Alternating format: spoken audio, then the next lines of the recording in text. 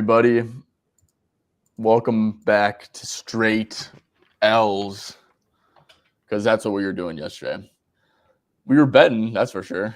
We were betting on the wrong shit, though. We were straight betting. We were betting straight props and getting that shit wrong. So JJ, you had a brutal loss last night, like an actual bullshit loss. But outside of the bullshit, how we doing? Doing all right. Still tired of shit. Looking at a shitty board right now, but figure something out. Yep, 100%. We will figure something out. Yeah, so we'll pull up the recap. I mean, JJ, you and Liam, you guys got extremely unlucky with the Isaiah Hartenstein PR stuff. I mean, my goodness. Finishes on the hook while shooting 2 for 10. I had someone who shot 2 for 10 yesterday, too, as well. But at least he's like a perimeter player. I mean, that's my loss sucks, too. But yeah, you guys fell. Hartenstein had 22 PR, shot 2 for 10 as a 7-footer who doesn't shoot threes. So that sucks ass. Overall, the only bet we won was Yves Misi under 9.5 rebounds and assists, and shot 3 for 8. Wasn't a great bet, honestly, from me. Suns were ridiculously aggressive. They went a lot of small ball. We're really just trying to press up on him and force him to drive. So not a great bet. Shot 3 for 8. I mean, could he have got there? Sure. He could shot 8 threes, but 4 for 8's 4 for 8 would have been somewhat lucky. So it wasn't a good bet. Nick Smith, I mean, he started the game. He was 1 for 9 in the first half, like 0 for 6 for 3. Ended up getting benched, had some defensive lapses. I remember I was watching him. He had like one of those plays when you have like a terrible defensive play and then you just do that. So he played 15 minutes in the first half and shot 1 for 9, 0 for 6 for 3. Man, if you're just like 3 for 9, hit like 2 threes out of those 6, I honestly think we would have been looking all right with Nick Smith. Shots would have kept coming, confidence would have come, and he wouldn't have got benched. I mean, we just kind of had no chance with that. Harden also probably not a great read. He only had 3 rebounds. I will say though, like every starter had 6 or more rebounds besides Harden, and he's usually grabbing more rebounds than Derek Jones. Norman Powell had like 8 rebounds. Norman Powell really isn't a rebounder at all. So I don't know if there's a ton of rebounds to go around. Just not enough for Harden. I feel like usually Harden has a little bit of a better market share of the rebounds. Zubac had 34 rebound chances yesterday. Yeah, which was part of the reason I liked Harden is I didn't like Zubac. So that was definitely like where I was, a part of where I was wrong. But just like the fact that Norman Powell had 8, like usually it's like Norman Powell has 3 and Harden has 8. You know what I'm saying? But and Derek Jones had a ton. So I'm not like, I don't think that was a great bet. I also don't think it was like a bad bet. And then Keon was a really good bet. He got into foul trouble early. He only saw his minutes were a little bit down, but he took 10 shots. And yeah, you can't be mad about 10 shots. Yeah, didn't get over.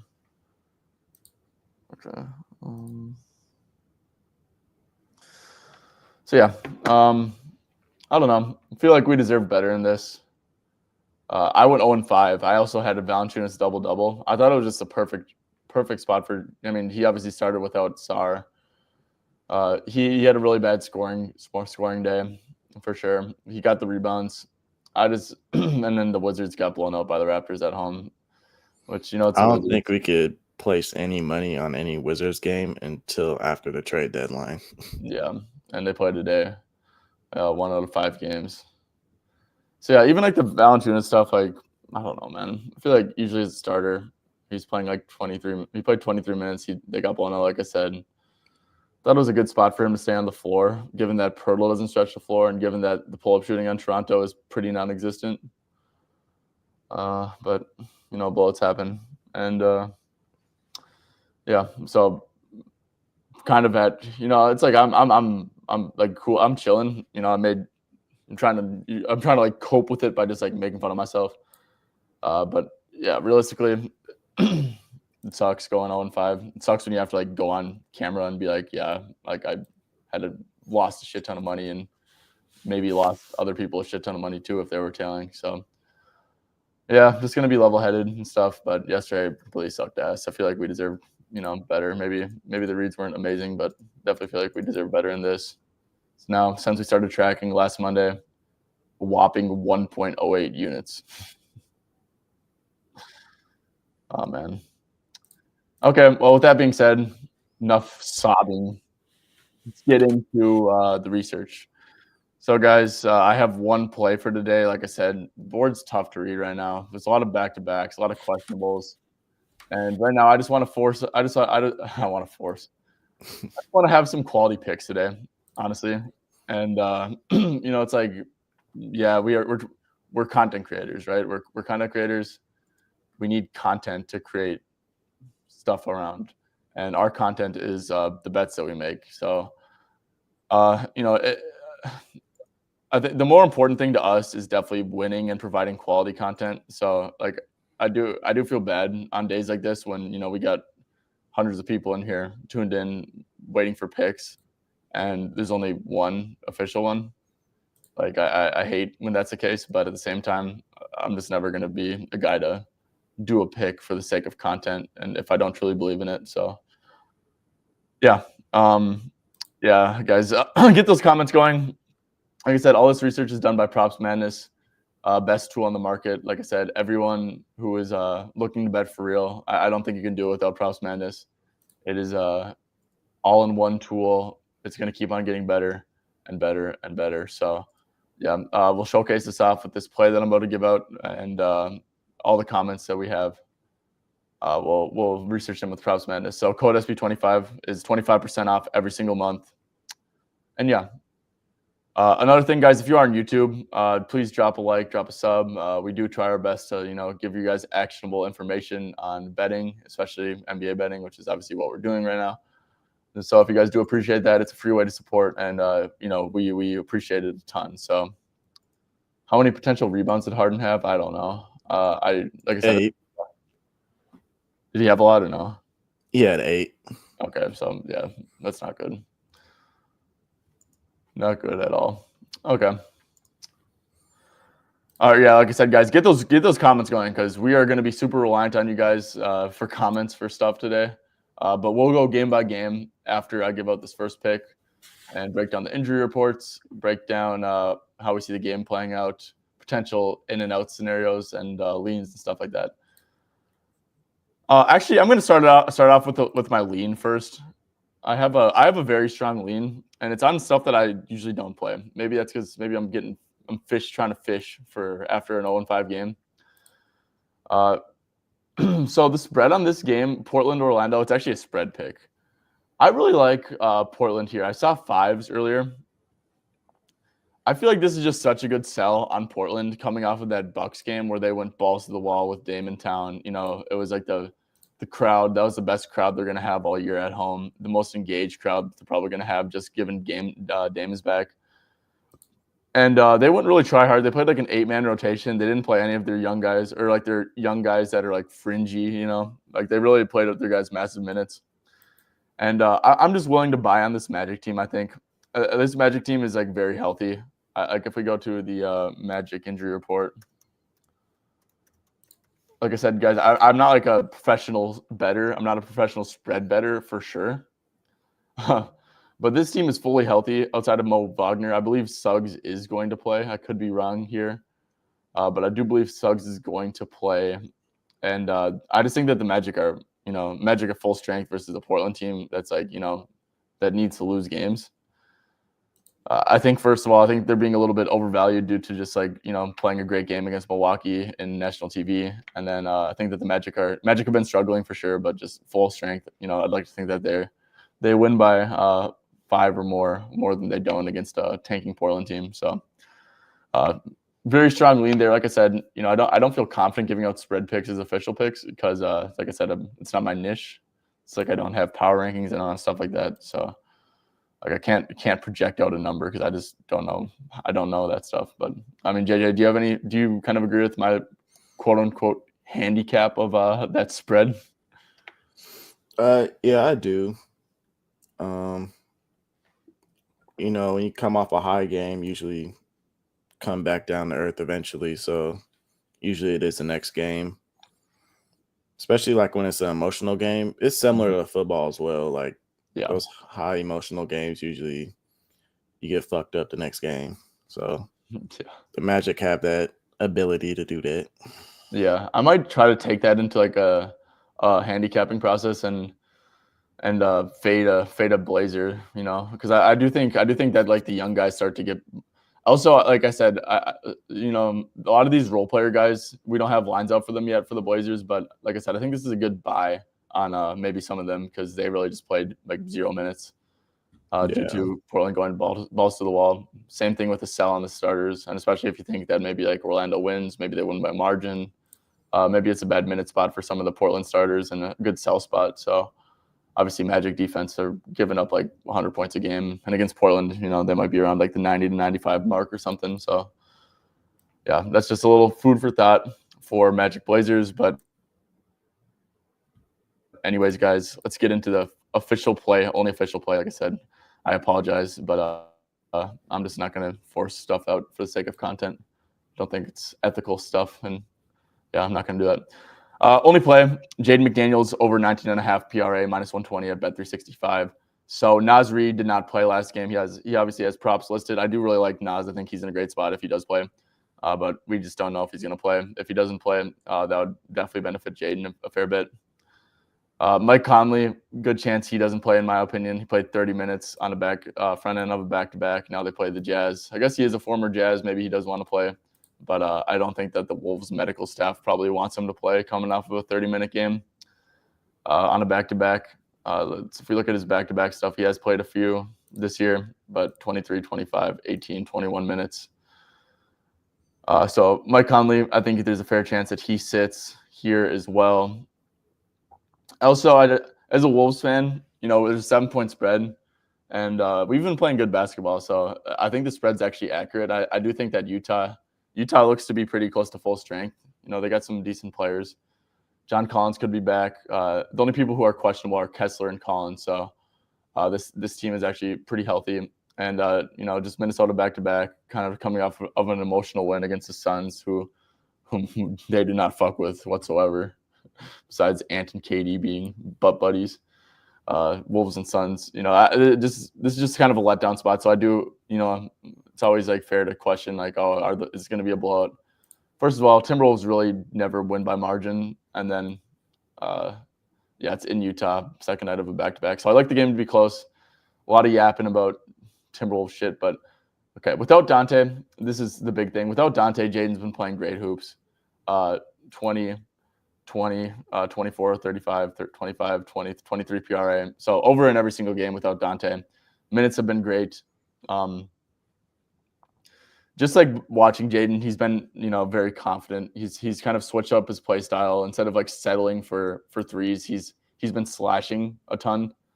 And Jaden, he's like 6'10". You know, he's got a good touch around the rim. So he's been in much better form as a recent, just as an overall player. And some of that's definitely reflected into this.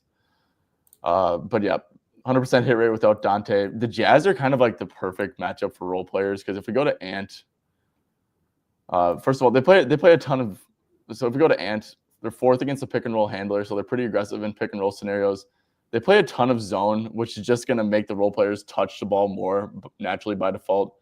On the year, they're along the second highest catch and shoot frequency, second most catch and shoot field goals. Or actually most catch and shoot field goals made. They're dead last in transition. That's like just like perfect. The Jazz, in my opinion, are the perfect matchup for like a role player wing because of that. So yeah, so I could even see like I definitely want to get assists in there. In fact, I'd actually probably 14.5. Yeah. Okay, so I think PRA is the move for sure. I actually don't like just points, and I actually don't like just points and rebounds. So I think you do got to get the assists in there just because the zone stuff, the transition stuff, I think it's a great spot for a potential spike assist game. Like if you look up and he has 3 or 4 assists, I would not be surprised at all. So yeah, Jazz, I think they're the perfect matchup for role players. Jaden, like I said, they're last in transition. Jaden has the 3rd highest transition frequency on the team, just behind Alexander Walker and Dillingham. So yeah, I think there's a lot to like about this one. I think it's a great matchup. Obviously, 100% hit rate, 7 out of 7 without Dante this year. Could get Nas missing again. Could get Mike sitting on the second night of a back-to-back. And I do like the game to be close, 7-point spread. Like I said, you always got to, against Utah, there's always blowout chances, but I don't trust. I know my Wolves, and I don't trust them to win by margin at all, to be honest, in this spot. So, JJ, do you have any thoughts on Jaden's PRA here? Trying to find and it's something negative to go against it, but I can't find anything. Yeah, I don't really know either. If I'm gonna be honest, I kind of don't like that he's hidden every single game. Because, like I said, if I try to ride the wave, it just ain't gonna work. And this is definitely a riding the wave. But yeah, I don't know.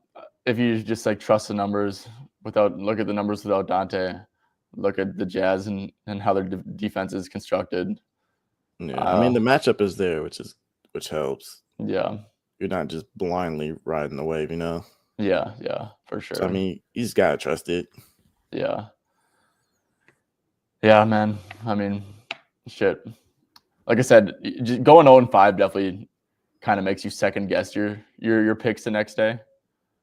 Kind of makes you, like, do I like it? I don't know. So maybe my confidence is a little bit down, but usually, yeah, I think that this play kind of checks all the boxes. So yeah, one official play, and on paper, it looks pretty good. So hopefully, if you guys are tailing, hopefully Jaden can come through for us today. Okay, let's get into listening from the beginning, but appreciate the work, you guys. Oh, okay. Half serious capper. This is actually a comment that is like I actually really appreciate. Listening from the beginning, but now appreciate the work you boys been putting in, especially in the early AM. Makes the drive to work interesting. Half serious capper. This means a ton to me personally. Just like appreciating, because yeah, we do kind of sacrifice a lot. It sounds like corny, but getting up early right away and just like showing yourself on camera. Like I'm up at 6 a.m., which pretty normal for people, but I'm 22, so that should kind of sucks ass for me. I'm not a morning person, but yeah, I really do appreciate this comment. Have serious capper, and I know JJ's been putting in a ton of work too. Been sacrificing sleep, sacrificing waking up early and stuff. So I'm not going to speak for him, but I think he appreciated it too. Definitely.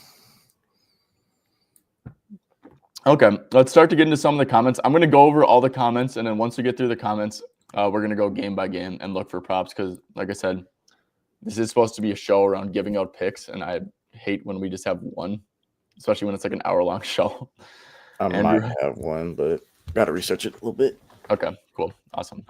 Andrew said, yo, Andrew, how we doing, my guy? Raleigh, stand up.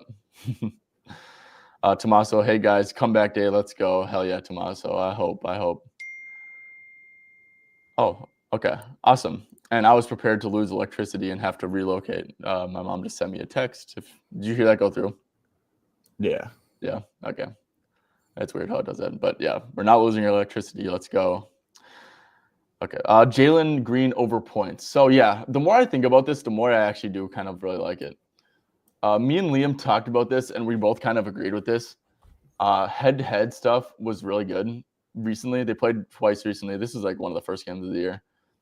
Yep, 27, definitely efficient for Jalen, but still 27. You take away a 3, 3 for 8, 10 for 21. That's a pretty normal game. Still is at 24. Then super efficient, but just went crazy. He had 42 points, right? This is 22 and a half. So yeah, he was efficient. You could take away like 6 shots made, and he's still going over. So yeah, this is great stuff. The only problem I have with Jalen Green, and maybe this is a me problem, but I hate betting on players because these games are pretty recent. Jalen Green had really good games. He clearly was a reason for them winning both times. And it's like Memphis lost both games. So yeah, they lost both games. Now are we going to put together a difficult scheme on Jalen Green because he was kind of the reason why we lost? It's a pretty. Tari Eason didn't play in either of those 2 games as well. Yeah, like when he's out, he just starts chucking. Or his minutes are definitely more safe with Tari out, I'd say. Because I think that his Tari's just kind of like a catch and shoot guy in the corner transition. So I don't think his volume really gets affected, but like his minutes definitely get less safe. For sure. And then also I will say, yeah, so that's just the one concern I have is like if I was a coach and I feel like I understand basketball pretty good. I'm not trying to say like, oh, I could easily be a coach. Like, no, not at all. But like seriously, like it's a pretty common sense adjustment to, okay, this is fresh in our head. Jalen Green was kind of the reason why we lost. Let's make stuff really difficult on him. So that's the one thing I'm kind of thinking about that makes me want to stay off it. But another thing that makes me want to bet it is that Sengun popped up with a calf issue, which this is a new injury that he's dealing with. Calves, these soft tissue issues are nothing to play with. So if Sengun's out, Green will just have a ridiculous usage, but it also kind of incentivizes them to put more attention on him. But yeah, that's my thoughts on Jalen Green. Probably a lean to the over given the Sengun questionable stuff. But yeah, and also been playing great ball. JJ. So since January 4th, without Tari Eason, because that excludes Jabari. So with him, he's getting 32 minutes, 20.2 points per game, 17.2 field goal attempts, 40% shooting. And then when you go without Tari Eason, 34 minutes, so only 2-minute difference here, but 31.7 points per game. So that's an 11-point increase. And then 20.8 field goal attempts on 53% shooting. So everything goes up when he's off the court or just not playing. Yeah, I think some of these games are just like stinkers though. Like Boston's been playing so weird defensively. Like they're not doing like their let stars cook shit anymore. Because I just checked, they're like allowing like the highest or the lowest pull up frequency or some shit recently. Mm-hmm. So Boston's been different schematically. This is just like a stinker, which like 16 shots is like pretty good, especially when you're shooting 25%. like there's a lot of stuff that like goes into this, and then Pistons kind of a stinker as well. Like I do completely agree that Tarian can make minutes go down, but if Sengun misses here, like bro, they kind of need Jalen Green out there, man. Like just for someone to create a damn. But if Sengun misses, then Tari probably goes to they play small ball, right? Yeah, but which means you could take Zach Edey off the floor. It could be an under there. Oh yeah, for sure. But then I feel like you'd have to wait for Sengun to be ruled out to bet Edey. Oh yeah, most of these games you should be betting like closer to tip, waiting for the lineups. Mm-hmm. I know someone said this earlier, but Dylan Brooks is a little bit interesting to me. It's just Memphis. It's in Memphis. He's going to be chucking. But dude, if Dylan Brooks, you probably don't think of him as because he's like a spot up transition guy usually. But Dylan Brooks can create a little bit. Like he has a decent pull up game, and he definitely he thinks he's like a great shot creator too, which is good for us. You actually create like a little post up ISO kind of thing. Yeah. Like he thinks he's like a power forward. I mean, dude, like I've honestly, like if Sengun's out, I trust like Dylan Brooks to gain more scoring usage than like an Eason or even maybe an Amen Thompson, dude. Because Amen's like a transition guy, but like in a half court setting, like he can't shoot. Like he can't really do anything off the dribble besides slash. So Dylan Brooks, I think I kind of like him off the rip because his volume was there against Memphis too. He just shot completely terrible. It's in Memphis, Dylan Brooks, he's going to be up for this game. He's going to be aggressive.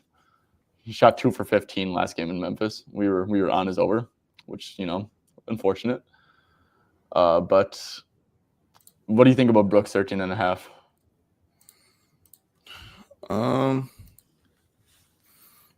Honestly, I'm not sure.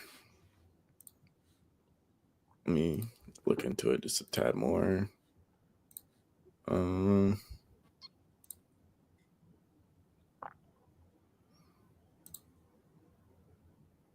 Because Memphis does allow threes, but I don't know. His usage can be weird at times. Mm-hmm. think it's a good spot. Brooks is a tough person to bet on most of the time. 36 against Boston's crazy. But yeah, for the most part, I think I do like Brooks stuff. I like the spot for sure. Kind of got some decent juice, which sucks. Okay, I say we move on. Mobley, PA. So Mobley came back from a calf issue pretty recently. It's a back-to-back. Look, it's an amazing matchup. It really is. It's an amazing matchup. If you go to team shooting, last 15 games by zone, I mean, Atlanta, most buckets in the restricted area. That's perfect for Mobley. I mean, 63% of his points in there. Super efficient in there too, man. Like if they're just like allowing like easy cuts to the basket, like that's amazing for Mobley. And it's 20.5 out there at FanDuel. He's gonna have a good hit rate on the season with that. Like I said, I just have trouble with the spot, if I'm gonna be honest. And that's what sucks about back-to-backs, you know. It could easily be a blowout. Atlanta is kind of in really bad form right now.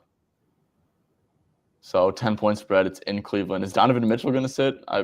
They rested Darius Garland against Miami, so now maybe they rest Donovan Mitchell. I don't know. This is one of the Cavs stuff is really tough to handicap in my opinion. But JJ, you just kind of have to wait until they release their injury report. Yeah, which stinks. And I hate when we have to tell you guys this because it's like the whole point of this show is to break stuff down in depth. But it's just like so there's a lot of variance going in maybe, and like Mobley's not someone who would benefit from the variance. It's like, oh, like we're gonna rest Mobley and Mitchell on the second night of a back-to-back. Like Garland's the guy who would benefit from that. Jared Allen's the guy who would benefit from that. But like, yeah, like I do love the matchup for Mobley. But and it's kind of crazy, but it's almost getting to a point where you could just blindly take Garland over 2.5 threes at home at this point. He's over an 18 to 24 at home. Holy crap. Let's see. Yeah, a little bit of juice you're going to have to pay, but let's see. Quick go to matchups too. Look at like the pull-up threes because that's, he's probably not going to get much.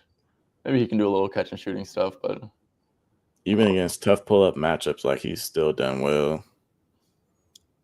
Let's see, Atlanta was like a super easy pull-up matchup for a little bit. Atlanta's allowing a fair bit of makes, so that's good. Frequency is not super high. It's like about average. It's like an above-average matchup, I'd say. We could just go to like above the break threes in general. Last 15. So the Hawks have actually done a really good job last 15 games of just limiting overall above the break threes. But yeah, I mean, 18 out of 24 is good stuff for sure. Okay, JJ, Paulo or Franz? What are your thoughts on those two guys? Do you think Portland's gonna go out of their way to stop them, or what are you thinking here?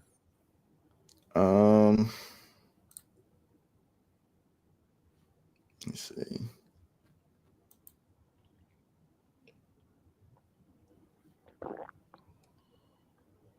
Paulo won at 14 last time. Jeez. I remember he played bad, but I don't remember he played that bad. That's crazy. Did Franz play? Franz got up 19 shots in 24 minutes, which is crazy. If I would have to take one, I'd take Franz because his minutes are going back up to where it should be again. I mean, he just played 40 minutes last game. Yeah. He's had a couple days off. I mean, hold up. This could be a great Paulo or Franz spot the more I think about it. Because these guys, I mean, Paulo, like I said, dude, you shoot 1 for 14. Like, that's still good volume. Like you play 33 minutes, you get up 14 shots and 8 free throws while you make one of them. Like, your confidence is going to be shook and you're going to be like hesitating to shoot and stuff. Yeah. But here's the thing. Portland lost by 22 or Orlando lost by 22. So Portland's going to do the exact same shit. They're going to be like, okay, Paulo, Franz, you guys want to go isolate, go one-on-one, go ahead. Let me see who was defending who that game. So I would assume Kamara took Paulo. That's what my guess is as well. Paulo just has the stigma as the number one option, Yeah. He'll get his respect one day. Yeah. So Franz makes sense. Paulo, like I said, if Franz and Paulo have matching lines, maybe I'm wrong here, but that makes me want to take Grant Paulo. defended Paulo. Really, and Grant's going to be out, and then Kamara was on Franz. Where's he at? Or did Kamara even play? I feel like Kamara. Oh no, he did. Yeah, no, he did play. It was Denny that was mainly defending Franz. So they actually those are two solid lengthy guys, I guess. But like it doesn't matter. I think that the whole thing you want to do is bet into volume. And look, this is great. Like you can say what you want. 14 field goals, eight shots. Say he shoots 7 for 14, hits a 3. What is that? That's an extra 13 points. That puts him at 21. But like the fact, like I said, bro, you're shooting 1 for 14. It's just human nature to like be less aggressive and pass up on fewer shit and get less plays ran for you. Yeah. So 22.5 for Paulo, man. And Franz at 23.5. Okay, if Paulo has a lower line than Franz, that makes me want to take him.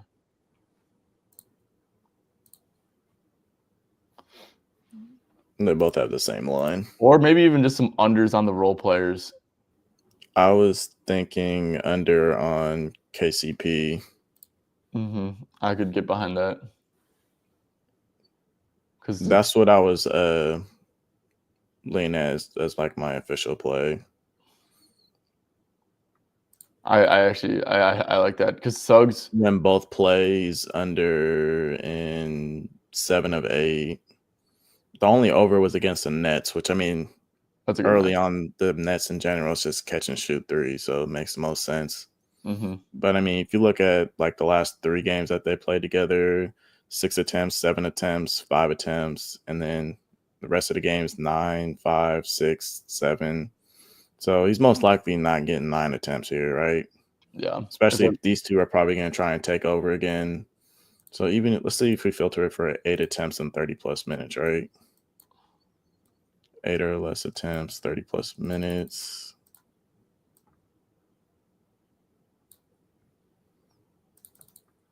So only a 5 of 17 over hit rate. So is that 12 of 17 under? So I mean, and then catch and shoot lately for Portland has been good defense. 4th fewest threes last 10.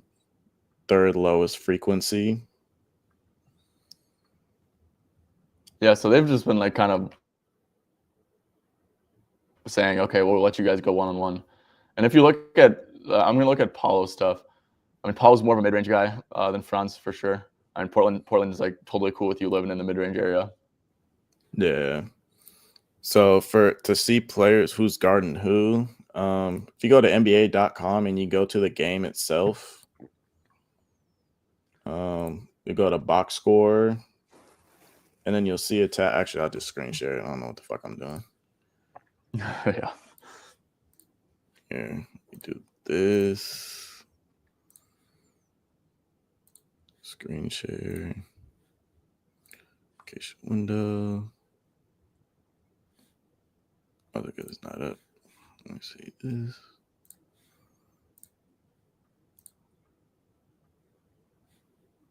All right, and I think you gotta click on it. Yep. Okay, so we're at games, right? You just go here. So what day was that? The 23rd? The Portland Orlando game. Yeah. So yep, 23rd. Box score. CC traditional here. Go to matchups. You got it all here. So say you want to see Franz. And then you can see shots, how he did against them. And you can watch the videos back.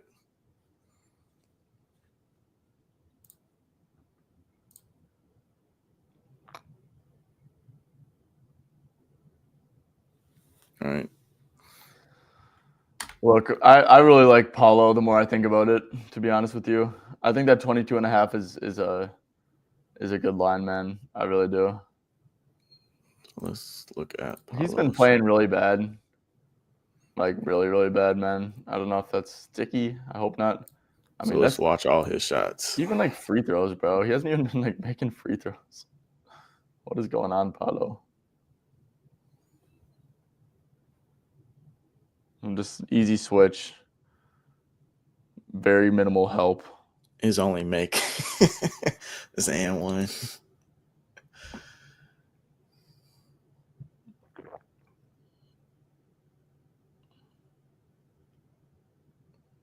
Got his shit packed. What are we doing, bro?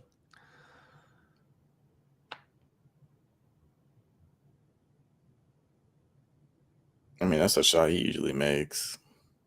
He also kind of settled there. I'd like to see him put that shoulder down and use that like big ass frame of his. A little catch and shoot look. I'm more interested to see like an isolation possession or like a pick and roll possession. Yeah, but Robert Williams, he's a dog. Dominating ain't gonna do that though. Nope, but he's getting his shit beat. Yeah, Robert Williams, great player, man. Robert Williams deserves to be on a contender. He deserves to be on Minnesota. Dude, holy another block. Like, he's man, dude. Robert Williams is wreaking havoc, dude. Robert Williams is out of the rotation too. I mean, he didn't play last game. Another block. Robert Williams is wreaking havoc, bro. So, okay, let's see. That's like end of the third quarter. Yeah.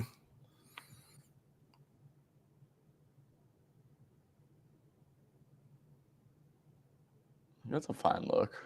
That's a shot he always likes and takes.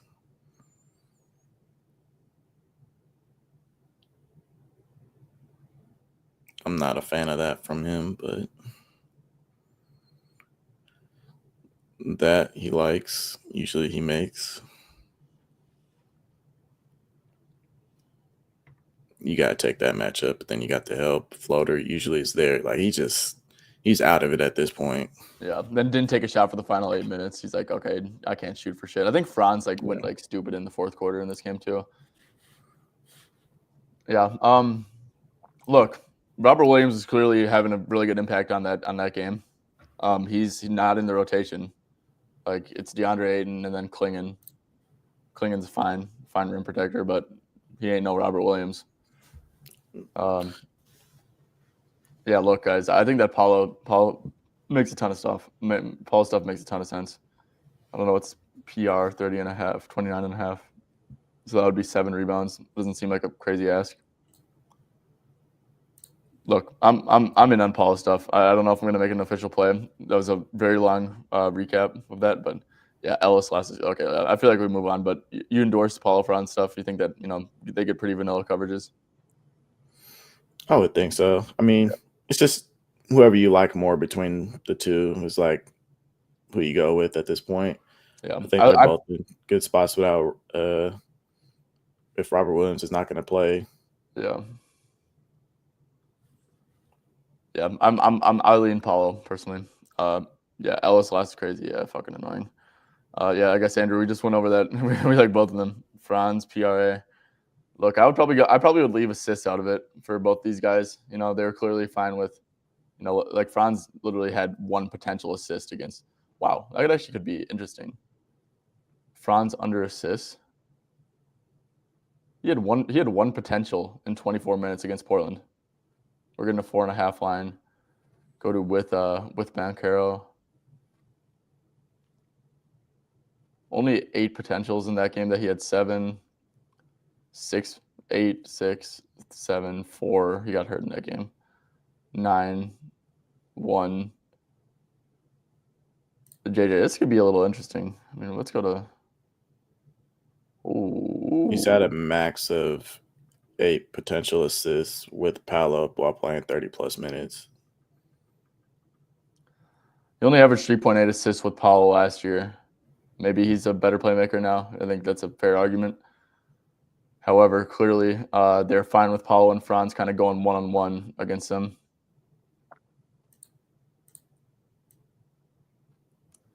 This could be interesting. Yeah. Oh, Gavin though. No, I would go just points and or maybe rebounds if you want to include that. But I don't know what's his rebounds at. 5.5.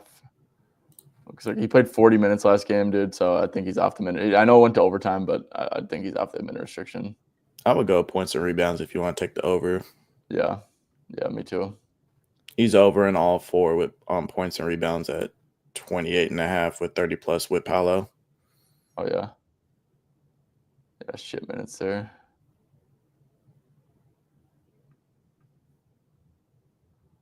Franz, maybe I'm sleeping on Franz. Just like overall, I mean, dude, like his points per minute, because this was only a 23-minute game. 39 but had 29. 34 had 23. 11-7. This was a stinker. 24-20. I don't know. Kessler 9.5 rebounds. So Rudy Gobert matchup. Rudy's kind of a bad defensive rebounder at this point of his career, bro. Not gonna lie. Walker crashes the hell out of the glass every time. I do like the spot. He's averaging 11.4 rebounds. Yeah. I can get behind it. Wolves are on a back-to-back. Last 10 games, overall rebounds allowed. Wolves. Yes, they've been a pretty good rebounding team overall. I don't like the spot for Minnesota, man. I really don't. I think 9.5 is like slightly too low of a line for him. Yeah. I think it should be a set at like 10.5. Yeah, for sure. Yeah, I can get behind it. Franz threes. So Portland, let's see. Franz is. Look, I'd probably just go with points.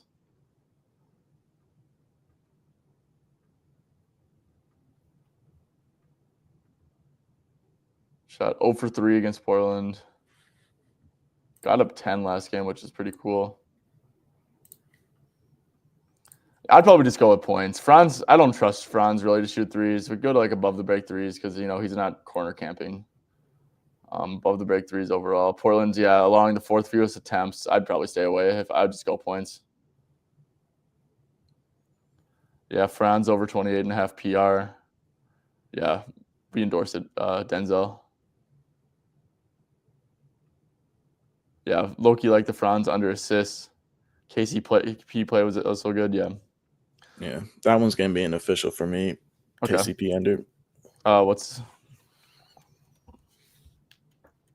Let me see. Points or PRA? Points. On line number, I mean. The under plus 100 on FanDuel. Under 8.5. Yeah. Okay. Yeah, I like that. I might go with Franz under assists. I'm not so strictly sure yet. I mean, 1 potential assist is crazy, bro.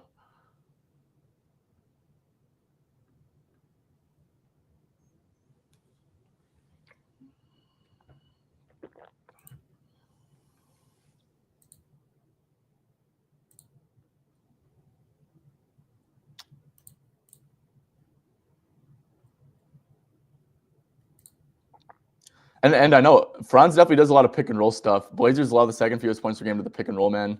So like if you're like a pretty ball dominant guy who's not going to get, so he's probably not in isolation situations. Franz shouldn't be getting many assists because clearly Portland was fine with just like turning him into a scorer, and it worked. They won by 22. And then if you go to like pick and roll man, like pick and roll man, 2nd fewest points per game there. So where's he going to get assists through? I mean, the same thing with your KCP under. It's like, dude, if they're just going to let him go 1-on-1, I think I'm going to make Franz under assists an official play. I like that. Okay. Yep, that's going to be an official. Sweet. So I'm glad we got into this. FanDuel.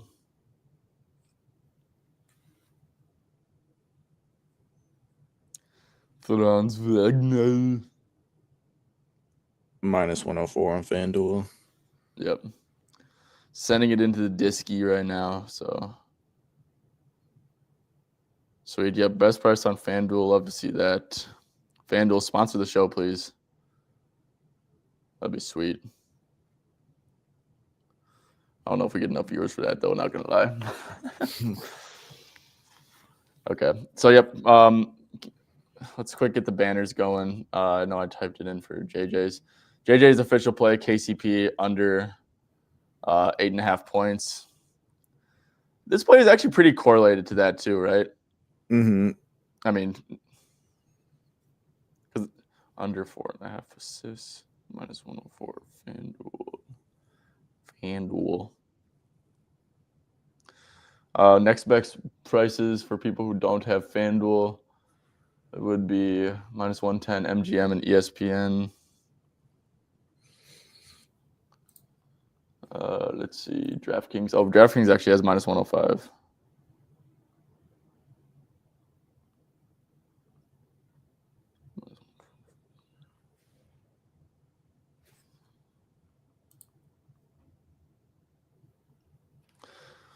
Okay, sweet. Little Franz fade on the assist going on. Hopefully, guys. Honestly, I might start doing this. It's kind of like tough to track these. I mean, that's not tough, but it's tough for like, I don't know, for like everyone who might just be like a casual bettor and stuff to get these down, to get down on these. But like correlated, like a Franz like 20 plus points and under 5.5 assists would be like a great play for this. Now, if your reasoning is like, oh, okay, like Franz are gonna guard him straight up, they're gonna let him turn him into a scorer. Same with Paul, like under assists and over points for both those guys would be like with like with alt lines for both, and like get it to like the same like around like a minus 115 price. I think that's a sharp way to attack this.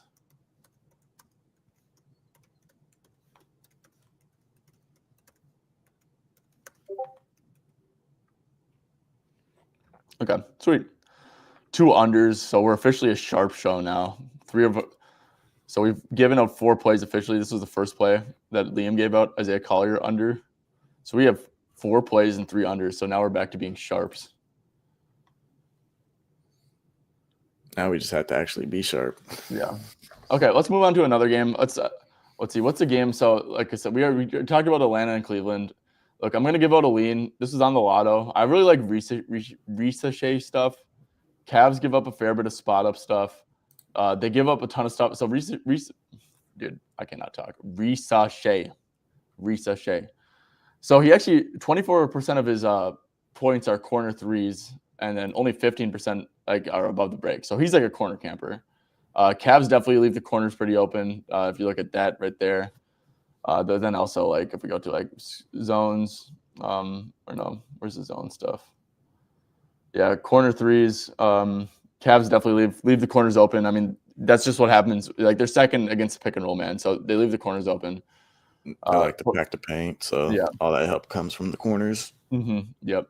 So Risa Shea stuff, I really like his points, to be honest. Also, just like no Jalen Johnson, no Bogey.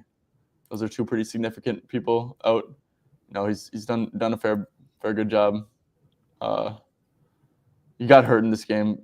He only played 20 minutes in his first game back, which is kind of keeping me off. Hunter is available.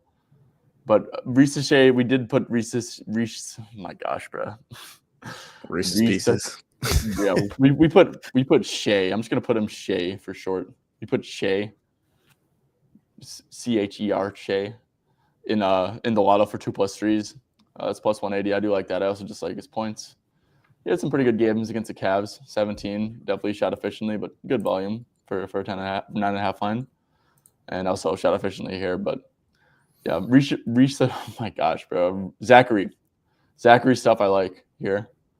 Like 13.5 PRA, bro. I mean, come on, bro. No Jalen Johnson. Like, I don't know. I like Zach stuff.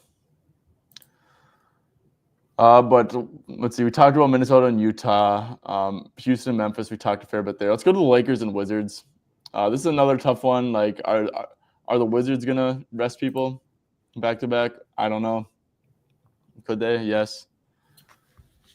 If we go to the Lakers side of things, let's see. Rui Hachimura. 15.5. I kind of like Reeves stuff a little bit. Like PRA's, it seems high, but without AD, dude, against the Wizards, I don't know. Do you guys have any more comments, questions, or anything? If you do, leave them below. JJ, do you have any like strong feelings? There's a lot of like role player questionable stuff for the Lakers, which kind of stinks. Go to the Lakers injury report. Let's see. Gabe Vincent's questionable. Finney Smith's questionable. LeBron's actually questionable. Usually he's probable. Rui's probable. Yeah. Bronny was in the rotation last game. I was so shook when I seen that when I was watching the game. Look, man, Jackson Hayes. Look, I think that Finney Smith kind of matters a fair bit if for Jackson Hayes. But guys, he's playing the Wizards. Like, the problem is they're playing the Wizards. I feel like he could maybe just even be betting in general. Yeah. Like, I don't think they're playing serious at all. Yeah, but like this Lakers team is really bad, bro. Like, dude, I don't know if you've like heard these net rating stuff. I mean, the Raptors are bad too. So, dude, the Lakers without LeBron the Lakers without AD are like a terrible team, dude. I'm gonna be a little nerd and do like net rating stuff. NBA net rating, teams advanced. Let's see, where do you go to find this? That I have no idea.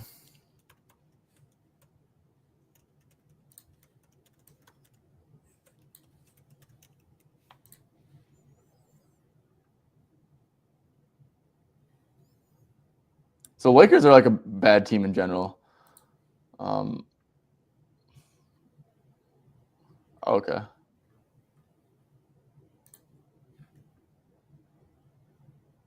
So with the AD off the court this year, they're literally a minus 6.3 net rating. Like, this is not a good team whatsoever. Look at look at look at the net rating with LeBron off the court. They're a really good team with LeBron off the court. It's actually funny. Look at like the LeBron literally has the worst net rating out of every like rotational player for the Lakers, which is crazy. So clearly, LeBron running the show hasn't been great. Yeah, Andre, I agree. If we go to last 50 or catch and shoot stuff, dude, I mean, they've been leaking catch and shoot stuff. The Wizards have been. If I can filter this. Yeah, most catch and shoot makes by like a pretty decent margin. Max Christie's been ass, so bro, I'm not gonna lie. Like, what, 1 for 6 for 3. I guess he was good there. Oh, good there too. Yeah, I could see Max, cutting a little bit here and there, getting out in transition, spotting up, getting those catch and shoot threes. The thing is, it's like I would like to see if like the Lakers role guys are going to play or not. So, yeah, I feel like the only people like LeBron assists, I do like it, but he definitely benefits with AD playing. His usage is going to be ridiculous. ED under PR. Yeah, we talked about this, Tommaso. I mean, if Sengun's out, dude, he's going to be getting cooked, boy. So. Yeah, if Sengun's out, I might take the under on ED because I don't see a reason why he'd be on the court if they're going to go small ball. Yeah, for sure.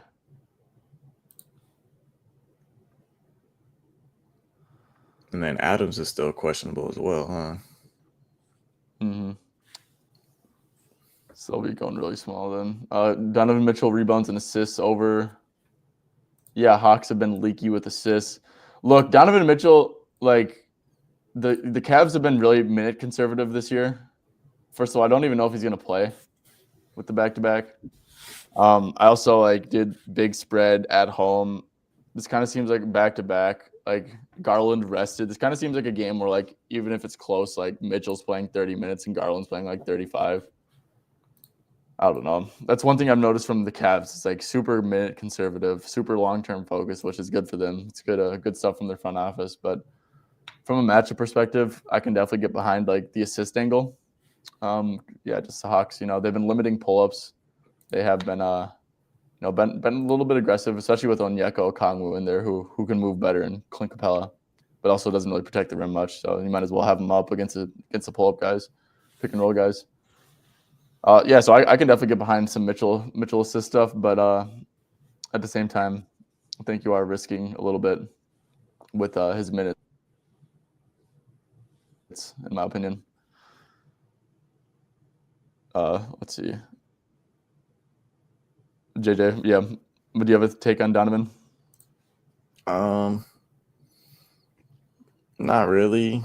I'm just kind of waiting on injury report, but I mean, if everyone's good to go, probably lean the over here as they do a lot of rebounds and assists. I mean, pace of the game.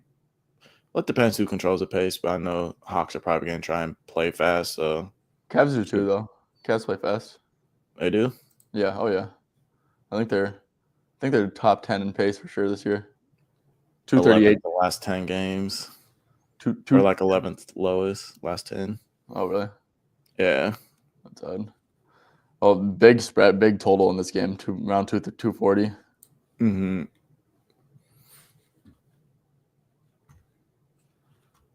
Jacob, I heard you. Yeah, I mean, Jacob, I applied for a job out in Raleigh. So, I mean, if everything goes to plan, I'll be moving out there. I mean, it's not like guarantee that I get it, of course. But yeah, I mean, if they offer it to me, I'm definitely taking it.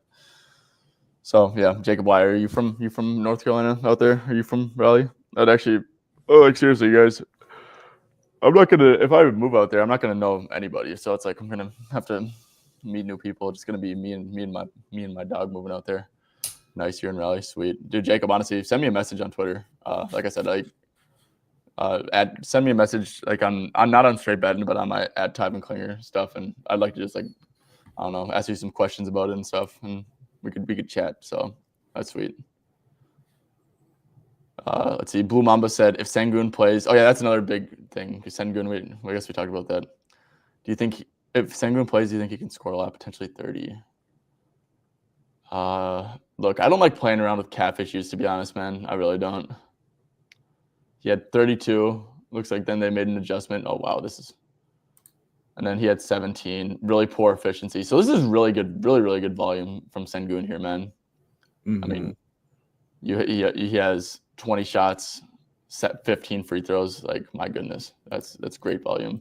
And then 17 shots and 6 free throws. That's still good volume, man. Like I'd expect Sengun to shoot 8 for 17, 9 for 17 most of the time, and then like 4 for 6 from the free throw line. So give him an extra like 3 points minimum, I'd say, for like a normal game. That's 20 right there, and that's like that's just like a normal game. And then you look at the one before that, and this is the game that Jalen Green had like 42 or something like that. So, I mean, clearly they're just kind of feeding Jalen Green. Houston was so. Yeah, actually, you know what? This is a really good. If Sengun wasn't dealing with calf issue, man, this would be a really good bet. But there's questionable stuff about that calf stuff. Okay. Sweet. So we're about at the hour mark. The comments have kind of slowed down. We've kind of touched on pretty much every game that we can with all the injury stuff we've been limited with. So I guess we'll just recap. I'll recap from the first show. Liam gave out Isaiah Collier under 18.5 PRA, -114 at FanDuel.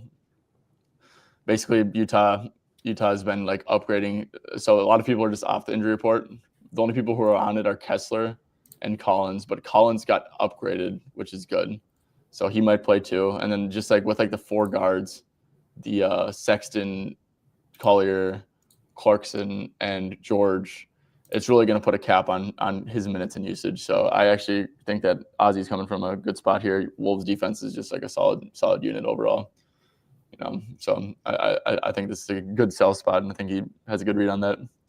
Lotto, Risache, 2 threes. I mean, it was a great price. It was like +190, and he's got up 4 and 6 threes against the Cavs this year. Cavs league corner threes, take away the roll man. I think it's a good price, good matchup. He should be incentivized to shoot too more, to just like let it rip without Jalen Johnson and Bogey. They definitely need scoring here.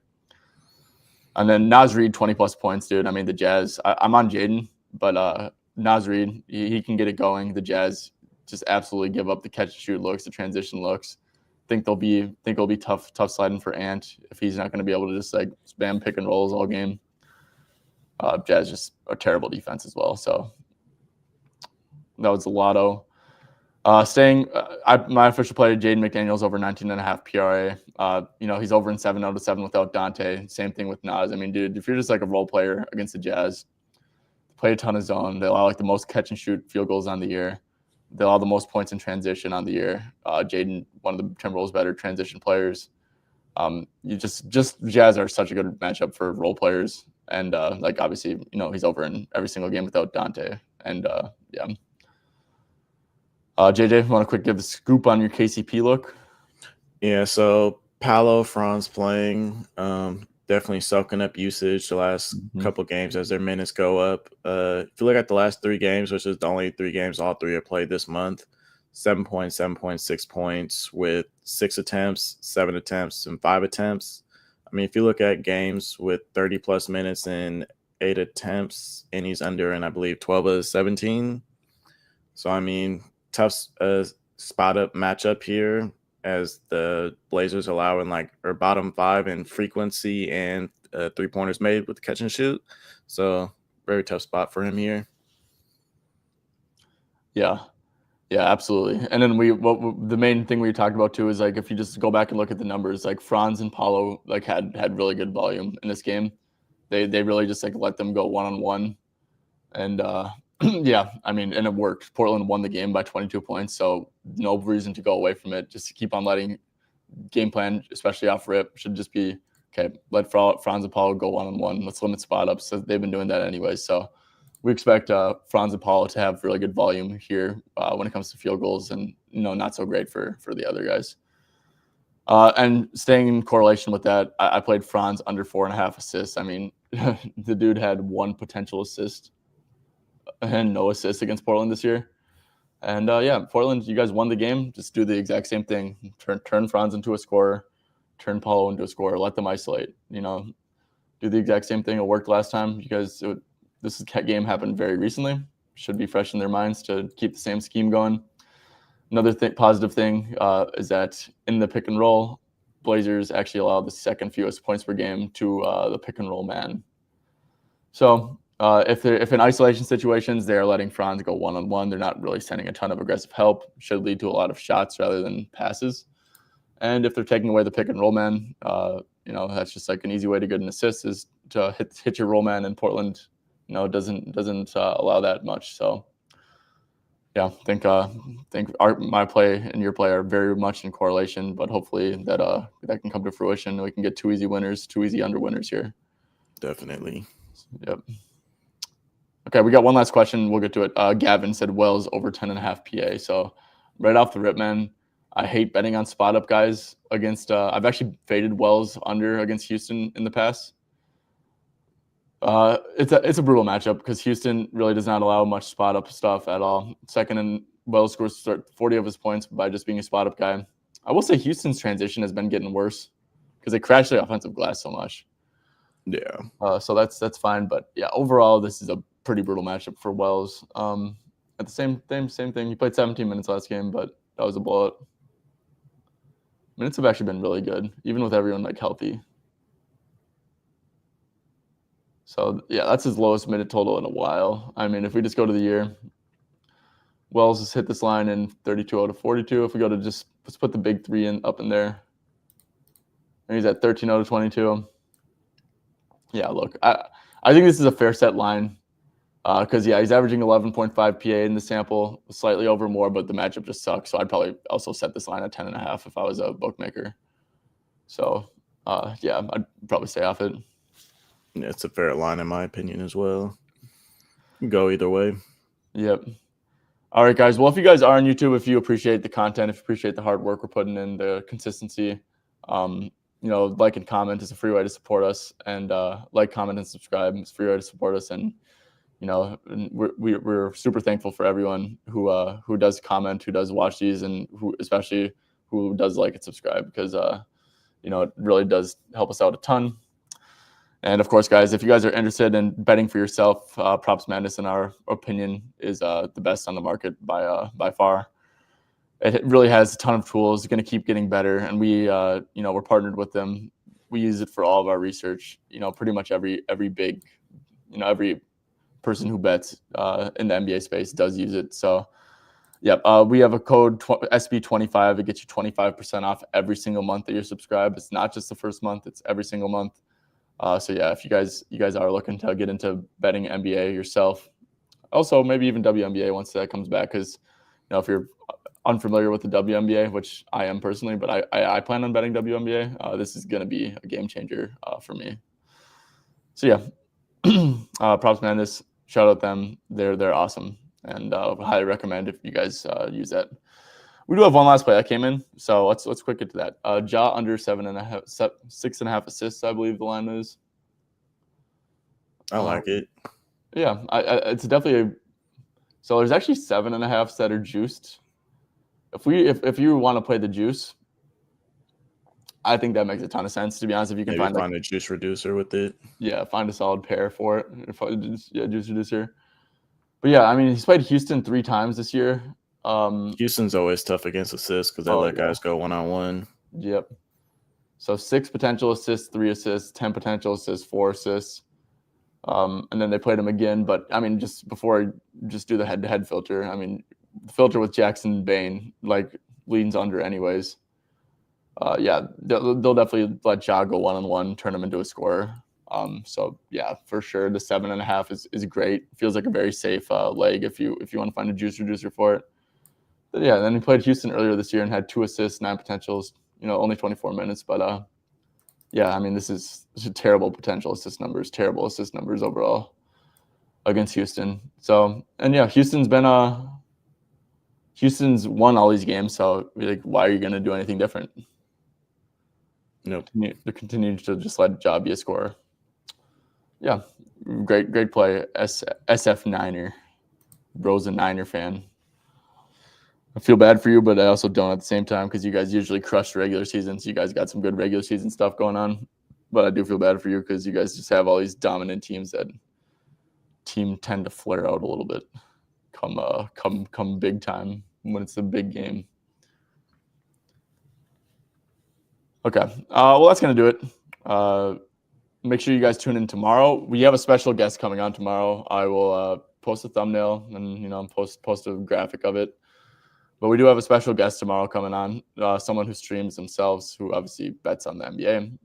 But and then also on Saturday we have another guest coming on. So we're gonna start to get guests on here a lot, and I think it'll be a lot of fun. So make sure you guys are tuned in. Of course, we only have one show Friday through Sunday, so it'll be at 9:45 a.m. Eastern time. JJ and I and the guests that we're bringing on.